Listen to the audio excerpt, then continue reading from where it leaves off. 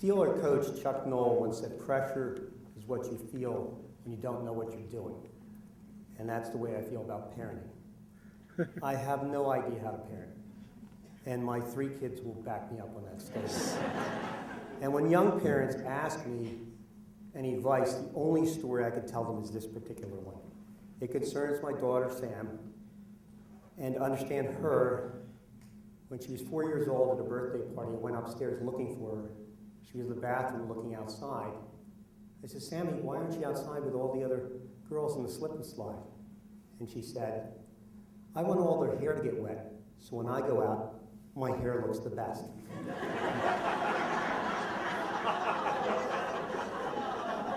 I said, okay. And I backed out of the bathroom. When she was 1 month old, she got a severe case of colic. Her face would get bright red, she'd squeeze her fists, she'd arch her back, and she would yell, wah, wah, wah, wah, wah, wah, wah. Think car alarm, but louder. And we had no family in the area. We couldn't get any babysitters or nannies who would put up with it. And so we were housebound. I had the night shift. And what I would do is just drive. I drove 2 to 3, she would cry every day for 2 hours in the afternoon, and every night for 3 hours from 11 to 2 in the morning. And I would drive around, and for a while, I'd play soft music and try to soothe her, like I'd Springsteen. I can't sing, but I'd go, ooh, Thunder Road. After an hour, I'd be like, Badlands. After 2 hours, I just put the Clash on. I was just trying to drown her out. My wife was worried the police were going to pull me over for disorderly conduct, and I said, if they pull me over, I'm going to go, you stop her, or better yet, just shoot me. This went on for 7 months. 7 months. And, we considered everything. We considered all the advice, Dr. Spock, Dr. Phil, Dr. Kevorkian, all options. All options were on the table. But seriously for a second, there's no helpless feeling if you see your child in pain and you can't do anything about it. And it was horrible. And we were both, my wife and I were zombies at that point. We couldn't sleep. And Jim talked about empathy. I understood why people shook their babies. And it was horrible. It scared the heck out of me. The pressure was a mess. Then one day it stopped.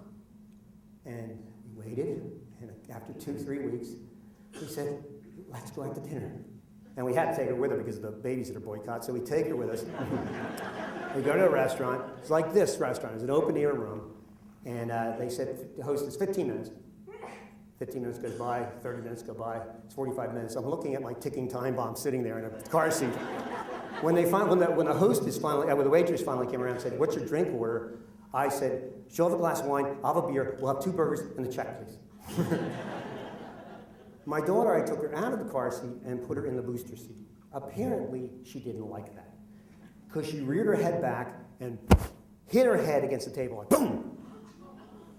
And then starts, Wah! Everyone in the restaurant turns and looks at us thinking we've hit our child.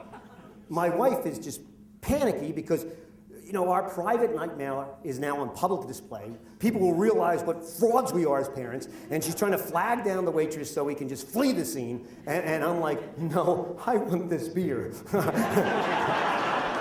I put her in the car seat and ran to the one place in the world that I can think, which was the men's room. I took her in.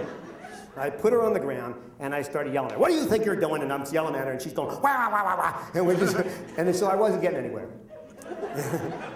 So then, I don't know why, but I channeled my inner Curly from the Three Stooges. I started running in circles around her, wider and wider. And she's going, wah, wah, wah, and she's watching me. And so then I started hitting the water on at all the different things. And then I hit the air. Then I'm flushing the urinals. I went into the stalls, but one of the stores was jammed shut. But I'm doing it around and around and around a circle. And she's going, wah, wah, wah, wah, wah.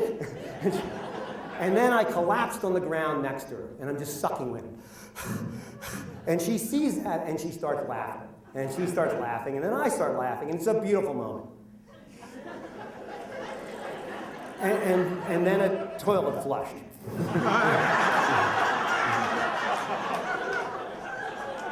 Guy comes out. He had a Marine cut. I think he's a Marine.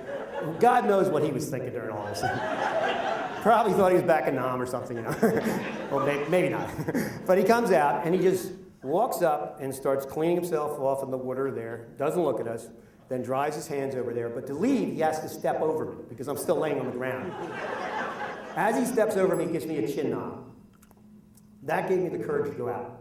We step out of the bathroom, and as I open the door, the entire place goes dead silent. And they all turn and look at us. And my daughter, with this audience looking at her in her hair, starts beaming. And the jealous parents are looking at me going, what did he do? And I imagine that subsequent TV interview where they're going, Mr. Carmody, what's your secret? Well, Dr. phil, you do whatever works. And remember, pressure builds diamonds. I'm lucky. I have 3.